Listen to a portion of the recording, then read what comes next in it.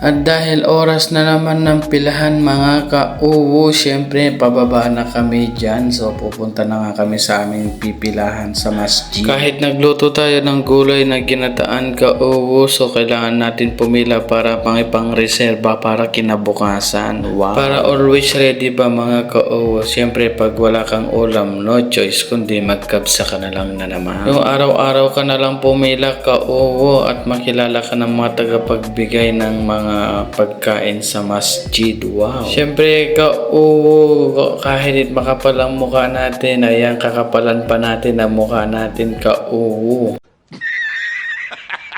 Yan nga yung nadatnan namin mga ka-uwo. So maliit pa lang ang tao dyan. Kaya syempre nagmamadali na naman ako. Syempre yung tipong ayaw mong maubusan ng pagkain. Syempre magmamadali ka talaga. Sayang naman ang grasya. Wow. At ito nga yung kabuuan mga ka-uwo. Syempre madami ng tao dyan mga ka-uwo. Siguro nasa 500 na. Wow. At nagtagumpay na naman si uwo. Ayan, may nasyaron na naman tayo. Thank you sa inyong panonood. God bless.